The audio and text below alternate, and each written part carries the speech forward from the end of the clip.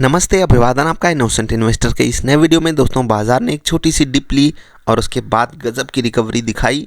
लगभग आधे % ऊपर बाजार ट्रेड कर रही है, 100 पॉइंट ऊपर। निफ्टी 17,500 के ऊपर स्टेबल है। अच्छी बात यह है कि इस स्टेबल पने में बड़ा योगदान आ रहा है रिलायंस की तरफ से, और उसने काफ़ी मदद की है आज बाजार की। इवन सबसे ज़्यादा मदद उसी की तरफ से आ रही है। तो मोटा भाई ने काफ़ी बड़ी मोटी मदद की है आज निफ्टी की सहारा देने में। तगड़ी रिकवरी अगर बाजार ने दिखाई है तो वो निफ्टी जो दिखा पाई वो रिलायंस की बदौलत काफ़ी बेहतरीन रिकवरी आई। नीचे के लेवल पर बहुत बढ़िया अपॉर्चुनिटी दिया था रिलायंस ने आपको एवरेज करने के लिए भी। स्विंगर सेटअप पे भी, कई सारे टेक्निकल सेटअप पे आपको ये स्टॉक मिला होगा और बढ़िया खरीदारी आपको यहाँ पर करनी थी। इन्जॉयमेंट, बढ़िया प्रॉफिट हुआ। पूरी रैली नहीं पकड़ मिली, लेकिन फिर भी जितना भी पकड़िए उतने में खुश रहना सीखिए।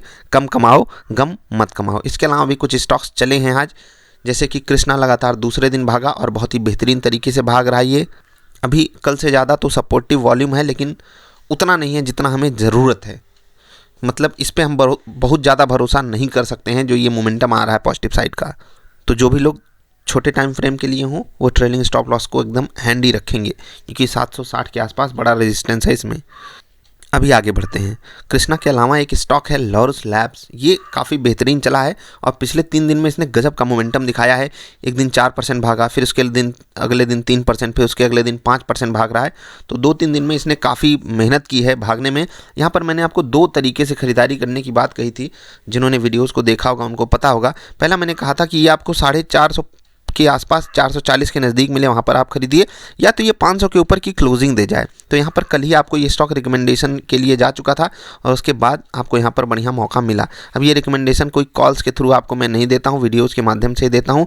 Videos free of cost channel पर अवेलेबल होती हैं। कभी कभी थोड़ा सा आप उसको अवॉइड कर जाते हो तो आपको ही तकलीफ़ होगी। खासकर स्विंग ट्रेडिंग वाली वीडियो उसको आपको ज़रूर देखना चाहिए। तो चलिए आगे स्टॉक पे चलते हैं। एक स्टॉक है हिंदुस्तान यूनिलीवर, जो रिलायंस ने किया। किसी दिन रिलायंस की जगह हिंदुस्तान यूनिलीवर निफ्टी को सहारा देने आएगा और आप नहीं पकड़ोगे तो आप पछताओगे। मतलब आपकी रडार पे ये स्टॉक होना चाहिए। मैं ये नहीं कह रहा हूँ कि आप इसको 2340 2350 पे आकर ख़रीद लो। मैं सिर्फ इतना कह रहा हूँ कि यहाँ पर इस स्टॉक को ख़रीदने में कोई बुराई नहीं है। अगर आप लेकर होल्ड कर सकते हो तो वो भी करो, लेकिन जब रिवर्सल आए वहाँ पर तो रिवर्सल ट्रेड तो एकदम पकड़ना ही पकड़ना है, नज़र बना कर रखना है। इसके अलावा एक्सिस बैंक पे भी अब आपकी नज़र होनी चाहिए, क्योंकि 2-3% नीचे यहाँ पर बहुत बड़ा सपोर्ट अवेलेबल है। ठीक है, इवन बाजार अगर 5% भी गिरती है तो एक्सिस बैंक भी 2-3% ही गिरेगा। मतलब कुछ खास यहाँ पर आपको तकलीफ़ हो सकता है ना देखने को मिले बाजार के मुकाबले। तो जो 2-3% का जोन है वहाँ पर आप एवरेज करने के बारे में सोचिएगा, या फिर यहाँ से या फिर थोड़े नीचे से अगर रिवर्सल आता है उसको ज़रूर पकड़िएगा। एक स्टॉक है, मैंने आपको बस देखने के लिए बोला था। आप में से बहुत सारे लोगों ने अगर पोजीशन भी बनाई होगी तो सोचिए कि महीने भर का दर्द इसने एक दिन में या फिर 2-3 दिन में दूर कर दिया। किसी दिन 2%, किसी दिन 3%, और आज तो 10% ऊपर लगभग ये स्टॉक ट्रेड कर रहा है 220 के लेवल पर। ठीक, एजिस लॉजिस्टिक, एजिस केमिकल इसका नाम है। हाँ, दोनों नाम है इसका, BSC NSE का नाम मैंने बताया आपको। एक चीज़ याद रखिएगा, यहाँ पर कोई रिकमेंडेशन नहीं है। कोविड के केसेस ज़रा से बढ़े और फिर इनको धूम धड़ाका मिल गया। खैर, न्यूज़ वाले स्टॉक्स को आप अवॉइड कीजिए। ट्रेंड जहाँ पर गड़बड़ हो जाए उसको भी आपको अवॉइड कर देना चाहिए। बहुत ज़्यादा गिरे हुए स्टॉक्स में दिक्कत ये होती है कि उनके पीछे एक वैलिड रीज़न होता है। बाजार ऐसे ही किसी को नहीं पटक देती, कलेक्टिव विजडम पे चलती है बाजार, और ऐसे ही किसी को नहीं पटकती। आपको ये देखना है कि क्या आप वो झेल सकते हो जो उस स्टॉक के साथ प्रॉब्लम है। जो अभी ITC हिंदुस्तान यूनिलीवर के साथ प्रॉब्लम है, क्या आप उसको झेल सकते हो? जो इंडसइंड बैंक, एक्सिस बैंक के साथ प्रॉब्लम है, क्या आप उसको झेल सकते हो? अगर झेल सकते हो तो उस कंपनी में शेयर खरीद के हिस्सेदारी लीजिए। शेयर ऊपर जाएगा, आप ही को प्रॉफिट होगा। समझ रहे हैं ना? जैसे रिलायंस के साथ जो हुआ था वहाँ पर तो झेलना ही था। ठीक है, हमें पता ही था कि ये तो रिलायंस बड़े आराम से झेलेगा, क्योंकि अगर कोई दाम बढ़ाता जा रहा है तो लोग उसके पास से खिसकेंगे, और वो इनकी प्रॉब्लम थी। दूसरे की जगह, मतलब दूसरा जो काम कर रहा है वो इनकी प्रॉब्लम को सॉल्व कर रहा है एक तरीके से।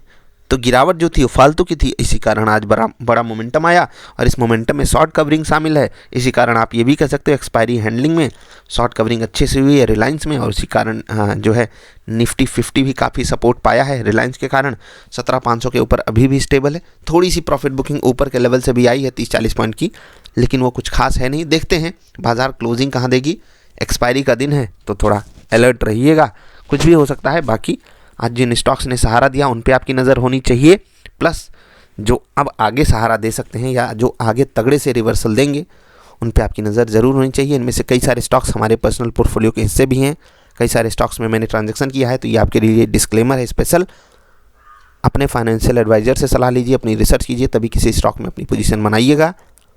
अभी के लिए इतना ही। वीडियो पसंद आई लाइक करके जाइएगा। नमस्कार।